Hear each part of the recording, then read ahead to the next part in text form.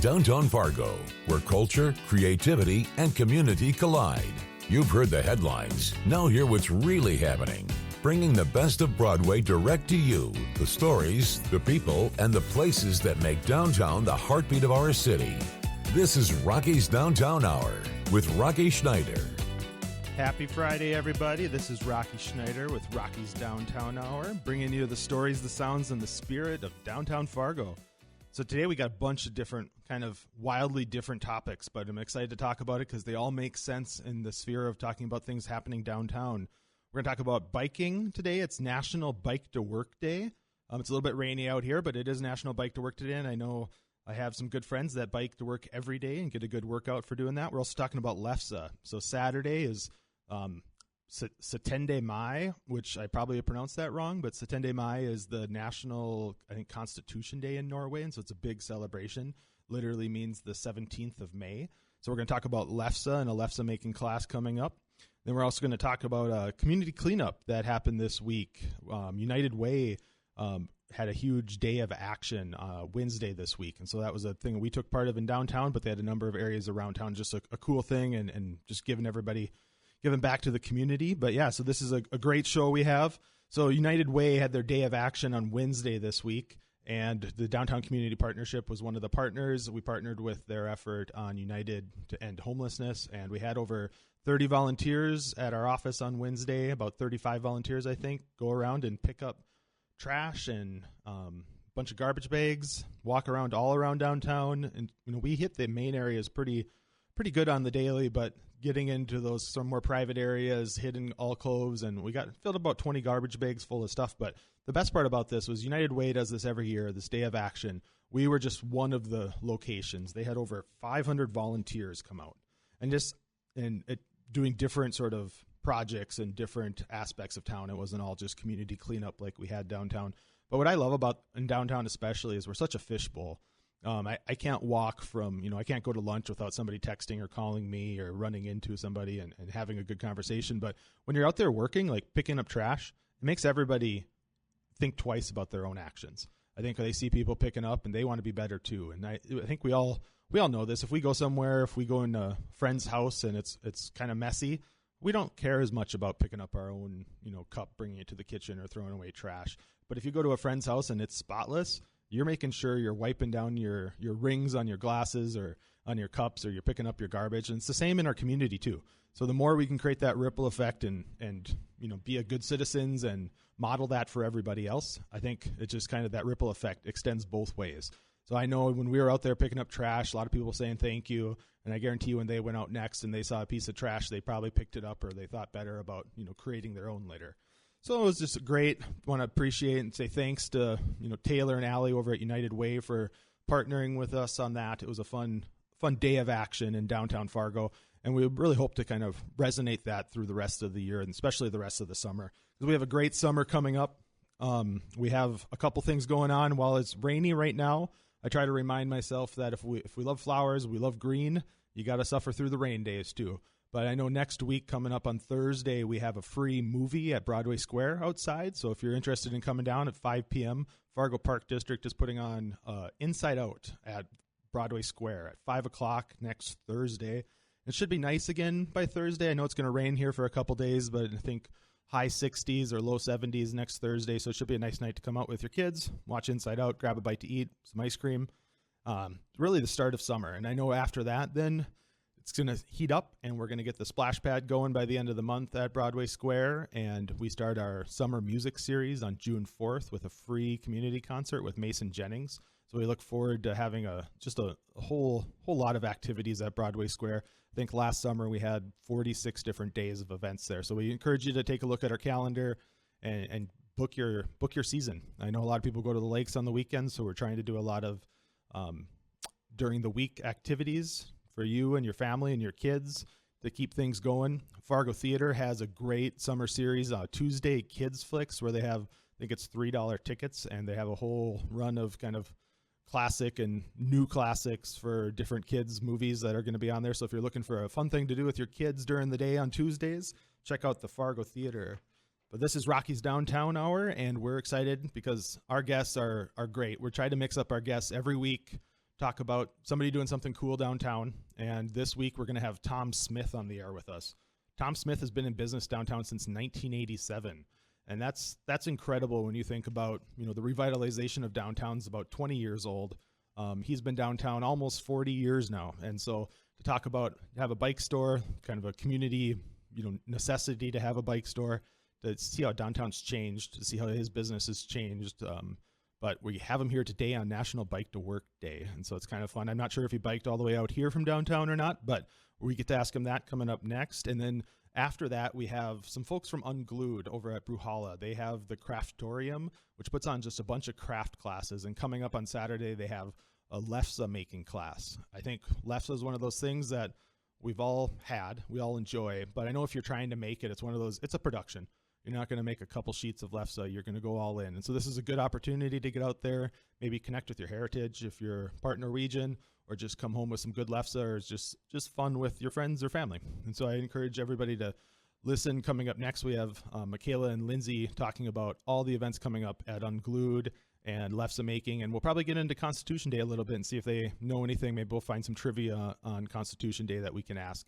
And otherwise, I think, this is Rocky's Downtown Hour, and I really just want to let you know that we're here every week at 11 a.m. And my goal is to let you know that we're going to be covering the headlines about what you're hearing downtown. We're also going to talk about what's going on either Friday nights or Saturday nights or upcoming events, because the best part about downtown is a lot of our things are family friendly. A lot of them are free. And so those people looking for something to do for the weekend, you can listen in every week and find a fun activity. We're going to try to vary it up on what we're talking about. It's not all movies or all food or all bars. We kind of get out there, and today we have lefse making, for instance, and that's something wildly different than what we've talked about before. And so kind of fun. I'm hoping she brought some lefse samples too.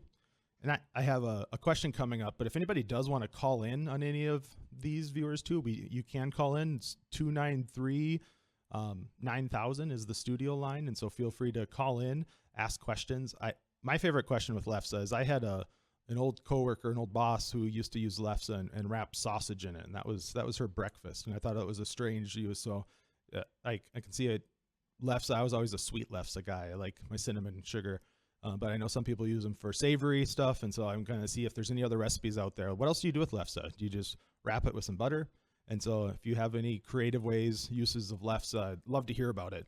I know families have different traditions on these things, and everyone thinks their way is right. And so it's kind of fun to get to hear something like lefse we've all been around for, our whole lives in this area, and see how people use it differently.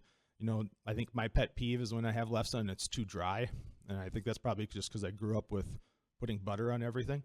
And so if it's too dry, that's a no-go for me. But yeah, so we have Lindsey coming up later with lefse, but up next with us is Tom Smith from Great Northern Bikes. And we're going to talk about biking and about how downtown has changed. I think we're going to try to do a series of people who've been in business downtown for decades, just to kind of talk about that history.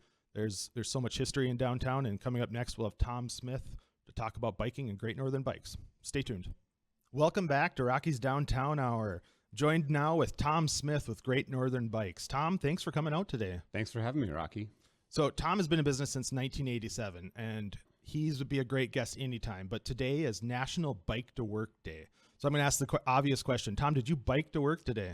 I did bike to work today. And did you bike out to the studio today? I did. When you told me where the studio was, and I realized, boy, that's like 6-7 miles from my workplace downtown. But it was okay. A little wet near the end, but okay. I know. We gave you a challenging day to make that work, Yes, but yeah. This is good.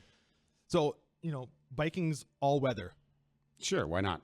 Right? Why not, right? Yeah.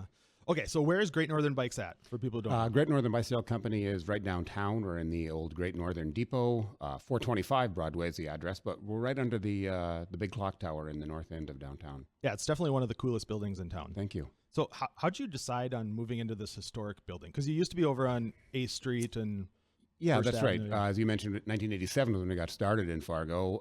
In 2007, we had an opportunity to buy that building. Downtown was a very different place almost 20 years ago now. Sometimes I remind people of that by pointing out that when we acquired that building, we were loading derelict cars with forklifts onto a flatbed to have them crushed out of what now is the park, downtown Great Northern Park. So we had this opportunity to take over this great historic building. I'm kind of a sucker for old architecture, so it just seemed like a great match. The depot had been a hub of transportation for 100 years, and we just kept that rolling. We're delivering bikes out of Great Northern Bicycle Company. So what's the big change from 1987 to now? I mean, in the biking community and with your location. The big change, when I look in the mirror, I'm almost 60. So that certainly has changed. Locally, there's so many more opportunities to ride. The city engineers have done great jobs throughout all the jurisdictions, throughout the metropolitan area. More bike paths, more places to ride, more opportunities, certainly.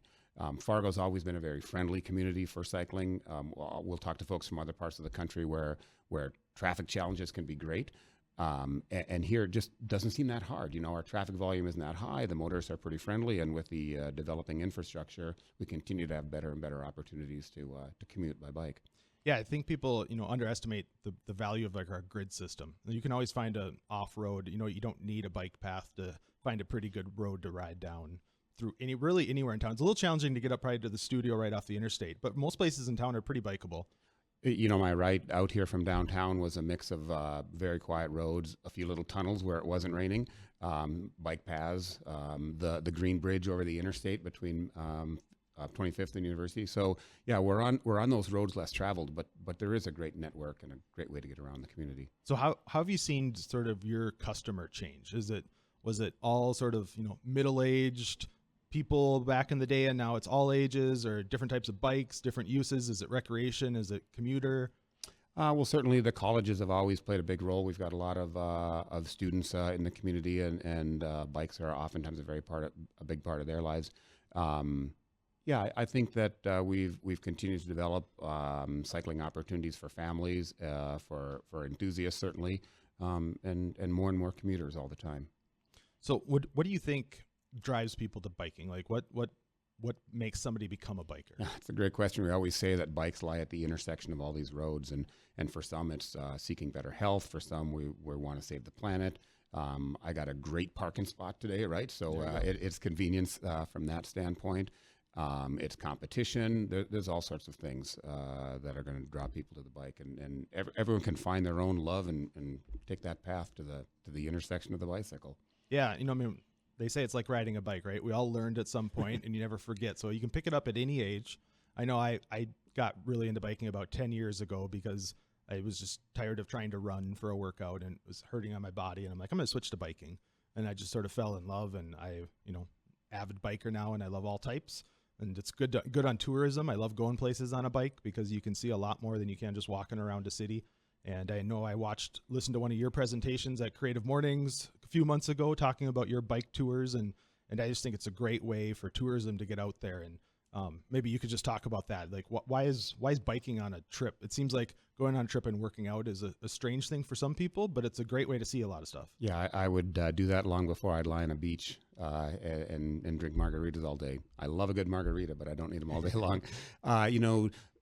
Bicycle touring, we have a lot of folks coming through the Fargo area on bicycles because we're on a transcontinental bike route. So we'll see a couple of hundred cyclists every year from all over the world, and it's very fun to share our community with them. Many are very impressed with what we have for cycling opportunities here. On the other hand, it's fun to take folks from this community and show them some of the extraordinary places to ride.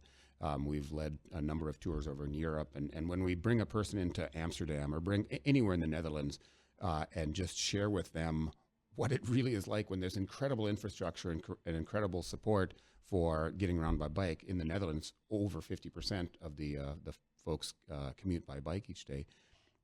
They're blown away. I mean, it's so fun to share that, to see what it can be like. It's really good here in Fargo, but boy, there's more we can do. Right. I spent 11 years on the MetroCog board where we do a lot of biking infrastructure efforts. And one of the biggest things that I'm excited to see happening now is finally we're going to get the Heartland Trail. In theory, on the Moorhead side, we're lacking that state trail system. And I love the Heartland Trail when you go out to Park Rapids. And so having that, just think you could ride to Detroit Lakes from Fargo on a safe path, just seems like it would be such a cool weekend adventure that's attainable to anybody. Absolutely. And that will be a link that will connect to so many other places further east in Minnesota, as that connects with the existing Heartland Trail out of Park Rapids. So why are you located downtown? What'd you pick that for? Yeah, downtown is, it's the heartbeat of the city, right? It's where things are happening. It's where cycling infrastructure happens first, right? Their city engineers are putting different sorts of sharrows and bike lanes and various facilities in the downtown areas. It's where the traffic volume is high, but the speeds are slow, so you can mesh with traffic very easily. Yeah, I think it's far easier to bike in a more densely populated and with more cars than in more remote areas where those car speeds get faster and faster. And you said no parking challenges. No parking challenges because there's well over 1,000 parking spots now with this newest ramp coming on. So yeah, there's just pull your bike up. Yeah, that's great. No, but so biking on Broadway is a little bit different because on Broadway you have the full lane. You're basically the same rights as a car.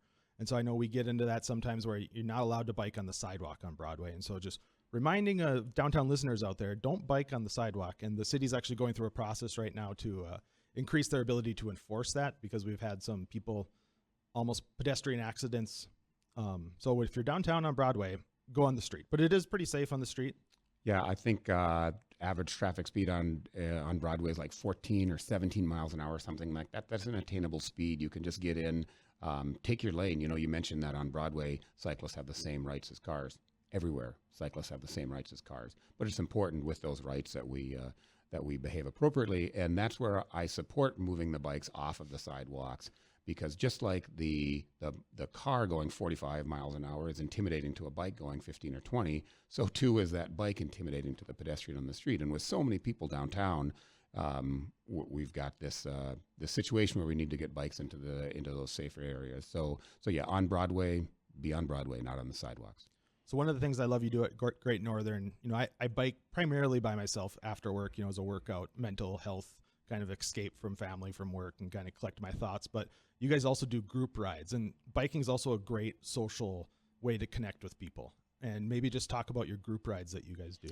Well, so we've got rides most days out of the week. Monday night is our Bikes 101 or rec bike ride. It's just a group of maybe 25 or 30 folks. They'll do a 12 or 15 mile ride, and they're always riding together. They're regrouping if anyone falls off the back. And it's just conversational pace. Everyone's communicating. Other nights we've got rides that are also conversational pace, but maybe they're at a little higher pace. And go a little further. Our Tuesday night ride is biggest. We'll oftentimes have 50 people showing up for that ride, and we'll do a 25-mile ride or something like that in the evening. It's like a biker gang. It's the biker gang, all clad in stretchy pants. Yeah. Those are at 6 o'clock. They take a couple hours to do those rides, 6 o'clock in the evenings. And if you're seeking more information on that, you can go to gncycles.com, and there's all sorts of information about the rides and events that we have going on. So if somebody wants to get into biking, do you have to buy the $100 biker shorts? Do you have to buy a fancy bike? What do you recommend? I assume you have people walk in and just say, I know nothing about this. What do I do? Yeah, absolutely. Today I think of myself as a hardcore cyclist because I did a 7-mile commute in the rain. I'm not wearing $100 shorts. I'm wearing the shorts I'd wear to work. So I think that getting on the bike first, making it part of your life, just incorporating it further and further, and you'll take those steps to get into the stretchy pants or whatever it is that's going to take you to the next steps when you're ready to do it. But yeah, I think you just got to get yourself on a bike. Maybe it's a dusty one in the garage that maybe needs a little service to be safe. But yeah, we can easily help folks take those simple steps to make biking part of their lives. And at Great Northern, you guys have everything from, clothes, tools, shoes, bikes. You have kids' bikes, electric bikes. You have anything you need biking. Absolutely, we are a one-stop shop. We're going to be able to walk in and roll home. I like that. Yeah, walk in and roll home. So what I love about biking is I just remember growing up, as soon as you could learn to ride a bike, you felt free for like the first time in your life. Like bye mom, bye dad. It's a freedom machine. We say it all the time. And so I try to recapture that feeling as a kid when I go out there. Like nobody's telling me where I have to go. No one's telling me what I have to do. I can listen to whatever I want. I can, zone out, listen to the birds. Try not to hit anybody on the path. But other than that, you're pretty good to go. Yeah, I love that sentiment. Freedom machines and feeling like a kid. One of the things that we love to do is we'll reintroduce people to cycling with an e-bike. And one thing for certain, when you put someone on an e-bike and maybe they've not ridden in 10 or 20 or 30 years, they're going to giggle. I mean, it's such an exhilarating experience, and you feel like a kid again. And bikes are so much a freedom machine for kids and for grown-ups too. Yeah, what I love about e-bikes is I went on a trip with my daughter who's a teenager. We went to Colorado, which can be tough and challenging at times. She got an e-bike and I rode my bike, but we rode together because it was a good equalizer. Yeah. And so if you're riding with people of different skill levels, husband, wife, kids, parents, it's like you can equalize with e-bikes. Just give you that little boost if you need. Equalize starts with an E, doesn't it? Maybe that's what e-bikes are all about. There we go. That's great. Anything else you want to let the audience know? Yeah, just pedal. Get on your bikes and pedal. It's a great way to see the world. It's a great way to free yourself from the automobile and enjoy your day. All right. Great Northern Bikes on Broadway. It's a beautiful building. You can stop by for free espresso shots, 3 o'clock every day. 3 o'clock shots every day. It's a beautiful place. Come down and have a chat with Tom about anything you're interested in. Otherwise, we are up next. We're going to talk about lefse. So we're very excited to come back. Hope they brought samples, and we'll see you in a little bit. Welcome back. This is Rocky with Rocky's Downtown Hour. We have a couple guests with us today to talk about lefse and the Craftatorium at Unglued. Unglued runs at Brewhalla. And so we have Lindsey Lee. So what's Lindsey Lee? What's the business name? Lindsey Lee is lefse? Yes. So I have a Facebook page, super official, for Lindsey Lee's lefse. I know. I'm really tempted to try to say it 10 times fast. It's so much fun. Yeah, that's fun. And then McKaila, you're at the Craftatorium. Tell people what the Craftatorium is. Yeah, so I work for Unglued. I'm our Craftatorium manager, and it is our workshop space within Brewhalla. So when Brewhalla opened, Unglued moved over there. And we finally have a dedicated workshop space for public workshops, private parties, and so that's kind of my realm of the world. Yeah, you just have all sorts of fun classes we're going to talk about later on the show. But right now we're talking about lefse because tomorrow is Setende Mai, which I probably say wrong every time and slightly different. But it's the 17th of May. It's Constitution Day. And so it's perfect lefse. And I love your guys' outfits, which I just noticed. You're really rocking the Norwegian flag look. I didn't think about that until right now, but that's very cool. Very on point. I like it. So how does lefse fit in with Norwegian heritage? Well, in the Midwest, we have a lot of Scandinavian culture that has, immigrated here, settled here, starting back in the early 1800s. And I think lefse is just a way for us to keep, ties with that heritage. It's a potato flatbread that was traditionally a way to preserve potatoes, keep them, giving that nutritional value a little bit longer in the times when they had potatoes, and then we're able to make lefse and, enjoy that for a little bit longer in the season. So now it's a kind of a tradition that we carry on at holidays, and set into Mai as a way to, celebrate our heritage as well. So bringing it back for May 17th just makes sense. So did you wake up one day just hungover on lefse binge the night before and you're like, I want to do this for a living? Like, how'd you get into lefse?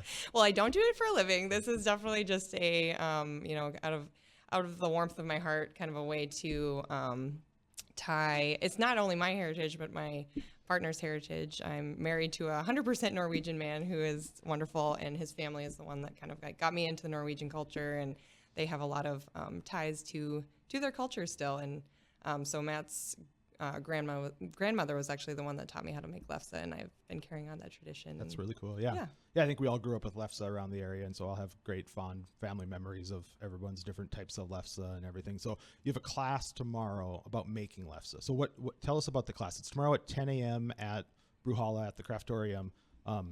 You said just drop in, right? You don't need to pre-register or anything? Yeah, you can just show up. It's $10. You drop in. I'll be doing it from 10 to 1. I'll have the griddle set up. I'll have all the equipment. There is kind of a lot of equipment that goes with making lefse, which is a little bit of a barrier, so it's kind of fun to just be able to set that up for folks. I'll have the dough already, so you can just drop in. I'll kind of give you a brief explanation of what it is and how to roll your own lefse and make your own lefse with me. So we'll do it together. So does it start with like mashing the potatoes and then making it into dough, like with flour and? Yeah, so you boil the potatoes and then you rice them actually. So it's even a step beyond mashing them. You want to make sure there's no lumps in the potatoes. That's gonna, kind of make holes in the lefse and not make it as nice and soft as you want. So yeah, you rice Can you the do potatoes. it like a grape stomp? Like they do with the wine We on the front of could. the I mean, potatoes? if you So- want to get your feet in there. I That'd be mean, great, yeah. Rocky's lefse would be a little bit different Yeah. than mine, but It's like, oh, this is a unique taste. Yeah, it's good. but yeah, and then you roll it out and you flip it, and it's kind of a whole fun thing. So do you have toppings there too to people to eat right away, or is it sort of make and take home? Yeah, so you can do either or. So we'll have equipment there, or like we'll have bags that you can take it home with you, or we'll have butter, sugar. I think we'll even have some jam. So we're able to eat it and enjoy it there, which is the best way to enjoy it is when it's hot and just off the griddle. So you've probably seen people do different things with lefse. What's like the most unique use of lefse that you've seen? So my partner Matt actually does pop-up dinners, and he did a Midwestern dinner where we actually use lefse as a fried pickle element. So I made the lefse, and then he actually used it as a covering for fried pickles with Yum, that sounds delicious. cheese. It was amazing. Yeah. Yeah, I had fried pickles at Toasted Frog this weekend just because they're not going to be here that much longer, and so it's like I have to go for some fried pickles. So I could use that. Yeah, that's fun. Yeah, and I think also last week I had tater tot hot dish nachos, and so I was trying to think like how do you make Midwestern things into something different, and so Yeah. lefse's right up. I was always a butter and sugar person on my lefse, but I know I had a coworker who used it wrapped in sausage like a tortilla, and so you can really do anything you want. So what else is going on with Setende Mai? That like why do you wrap around that? Do you have other events going on there? Brewhalla and Drecker Brewing, because they have so many Norse influences in their beer and their brand. They always do a big Setende Mai celebration. So I think they're going to have some special releases for the day. I know they did an ice cream, which is their like ice cream beer, alcoholic ice cream, I guess, collab with Duchessa and Cows & Co. And they're going to be all decorated in the tap room. So come over there for the main event, and then come on upstairs to Brewhalla to the Craftatorium. Yeah, so I was going to say, so Brewhalla is a big place. So where is the Craftatorium? If someone walks in there and they're trying to get to the class before it ends, don't get distracted by the beer yet. Do that after. Yes, totally. The beer is going to be there. We are on the second floor in the northwest corner. So right across from the pinball machines. And you'll just have somebody working up front type thing that Yeah, checks I'll be people there. in, or- I'll be there checking people in and helping with the toppings bar. And Lindsay is going to master all of the griddles. So how do we get a lefse beer like that collab? Ooh. That's a good idea. Should talk to Drecker about that. I think we got to talk to Drecker about that. Right, that seems fun. Yeah, or Definitely. Unglued needs its own beer. Like I'm surprised you haven't worked Yeah. on that yet, like a crafty Truly. ale or something like that. Yeah, we usually just let the experts do their own Yeah. thing. Can you put glitter in a beer or something? You know It's what been I done. mean? It's been done, and we've had it. Yeah, for sure. Oh, Edible awesome. glitter all the time. Yeah, like that'd be fun. Yeah, Let's see that. I have some at home right now. I have all We sorts of bad should've ideas brought it. running through my head right now, so that's where I should shut my mouth. So tomorrow you have a lefse making class, 10 a.m. at the Craftatorium at Unglued. So what's the address of Brewhalla, the location? Brewhalla is 1702 First Avenue North in Fargo. And Brewhalla's been there probably long enough where all my listeners know where that's at. But if you don't, it's an amazing place. You have not just Unglued there, but a number of different shops and stalls and food, so you can make a full day out of it if you want. Bring the family, go out with friends. Yeah. So what else should we be doing with our lefse that we're not doing right now? Ooh, always eating it fresh, making it with family or friends. It is kind of a community, like if you treat it as such, there's so many different jobs that other folks could do with you, rolling it, flipping it, putting it on a pile to cool. So it's kind of a community or like, a friendship kind of thing to do with friends or family. So I'm going to challenge you because you said always eat it fresh, but you were also talking about how this was a way to make potatoes last longer, and you Correct. also freeze it at home, and so all this stuff. So it feels like you can also freeze it and pull it out later. You totally could. It has so much butter and sugar Are in you it. just a that snob, and you're like, I am kind of a only snob. eat lefse Well, fresh. when you're making it yourself, it's like, oh, well, that's the only way I can eat it. But yes, you can definitely save it. I make it usually at Thanksgiving time or a little bit before, and then I will make a huge batch and have that for Christmas as well. So what's your anthem that goes along with this? Do you listen to like classic Norwegian? Oh, that's a good question. Okay, so when I'm making it in the fall, I watch a lot of Disney movies while I'm doing it. Just pulling up some nostalgic like go to old-fashioned movies that bring up, memories for me. Because it's quite the process. So it takes a good afternoon to do if you're doing it by yourself. So yeah, nostalgia. Disney Essentials list. Disney Essentials. Beauty and the Beast. There we go. Mulan. Aladdin. Those are the top, I think. That's awesome. Yeah, okay, so the other question I didn't get to ask our other guests, but I tried to ask everybody because you guys all are downtown people, and Tom got to talk about what he loves about downtown. But I always try to say, give a shout out to somebody else doing something neat downtown that's outside of what you're talking about now. What do you like to do? Where do you go? Something coming up? He's doing something cool. I think the obvious shout out for me is the kind of like captains of our community building efforts in downtown, Folkways. They have so many fun events, and like Lindsay mentioned earlier, the Red River Market. I'm so excited for market season to start. It's kind of crazy looking outside and seeing green, but also kind of gray skies. So it feels like it's a little far away, but they're definitely my shout out for sure. Yeah, July 12th, I think, is the first market downtown. So. Yeah, that's a great one. I would also shout out, just staying on trend, Stabo, and that whole section of shops over there. Scribble Lady, Morioki. Let's just kind of go explore, try out a shop that you haven't been to. Yeah, the 400 block. We have Nova, the new restaurant on yes, the 400 block. You shout out Nova. Day of it on the 400 block. But so yeah, Stabo obviously is perfect for Saturday. I'm sure they have some great gifts and sales and celebration going on too. Absolutely. Maybe they're also listening to Disney songs. They could be.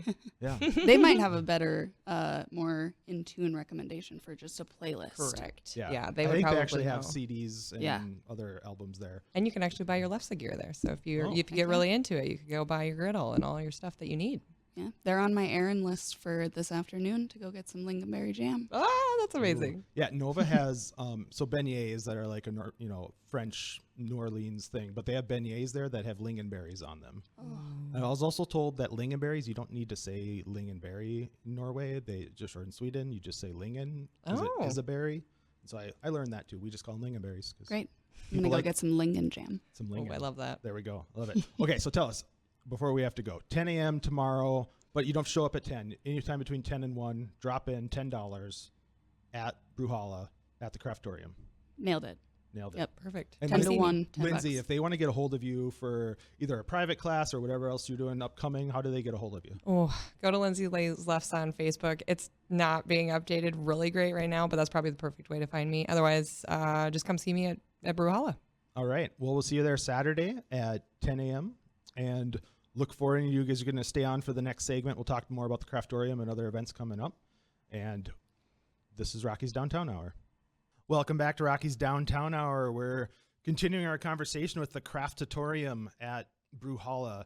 And we have a class tomorrow morning to make lefse to celebrate the Constitution Day in Norway, 17. Mai, which I'll just slowly say wrong every time, but I think people get it, May 17th. So it's a great class. So the Craftatorium, though, has all sorts of things going on. So Craftatorium is an Unglued kind of spin-off, also at Brewhalla upstairs. What other classes do we have coming up at the Craftatorium? Yeah, 100%. So the Craftatorium is our workshop space, and we also do private parties in that space. So if you want to do a birthday party or an office party or something, you can look to that as well. But every Tuesday, we, along with the rest of Brewhalla, kind of do a building-wide happy hour. And so we have our Happy Crafty Hour, which is a different $5 drop-in craft every Tuesday night from 5 to 7. We also have a sweet stitch and sip meetup. So any fiber arts, anything that has to do with stitching, knitting, crocheting, all of those things. It's a really cool group, just gets together and hangs out. We have a number of local workshops coming up with different makers. So a bunch of stained glass, everything from cookie decorating to collaging, and we have some really awesome ones in the roster right now. So for people who get intimidated signing up for a class, are these like the same people that come to everyone? Do you have new people? Are they come in with friends? Are they coming by themselves? What's the sort of the vibe of a class? Yeah, the mix is kind of everything. We definitely have our regulars, our people who love to take workshops. And I always say that the best thing about taking the workshops is you get to explore a medium or a project that you want to explore without having to invest in all the equipment. Yeah. So I feel like we have a lot of people that come back for those things. But we also have a bunch of people who are new to a certain medium. They come alone. They come as a date night. They come as a like a friend hang. We have a group that comes from like their office all the time. That's fun. Yeah. Good staff bonding. Yeah. Yeah, for sure. And where else do you get to make stained glass? So you have 2 stained glass things coming up, right? You have like We this have a mountainscape one. Whole handful of stained Yeah. glass. Yeah. I know my wife has done that in the past, and it's been fun. Hang up in the windows, and there's like a walleye one coming up too. If you got that Yes. person in your life that you need a gift for that Yep. Like has me, everything but doesn't have I'm the taking stained that glass one with my walleye. dad. There you go. See, Yeah. that's what I thought too. I thought for my father-in-law, like he'd probably appreciate this. Yeah. I like that. It's a perfect pre-Father's Day Right. gift. Yeah, when is Father's Day? We should remind my family listening. It is definitely June 15th, Yeah, you're right on schedule. Something like Sunday in June. that. Perfect. So where do people find out about the Craftatorium? Like where do we go to see the list of classes? Yeah, the whole list of classes is available on our website. So it's ungluedmarket.com, and then there's a tab at the top for workshops. And all of the tickets that are live are there, and then we also have in-store, we have like a printout of the schedule too, if that's more your style. But otherwise, Tuesdays you have your sort of happy hour, crafty hour. Definitely, yep, You don't have to drink. You can just come and do the crafts. 100%. They have some NA options there as well. Yeah, tons of NA options. We have some NA stuff that we sell in the shop, and then I know Luna has some stuff in their case. Thunder is always there. Okay, so tell me about the Woobles, Yes. Okay. So the Woobles, because I see those all the time, and they look Yes. like I would have fun doing them. But yeah. yeah, Yeah. So Woobles is this crochet kit that I feel like went crazy on TikTok a year or two ago.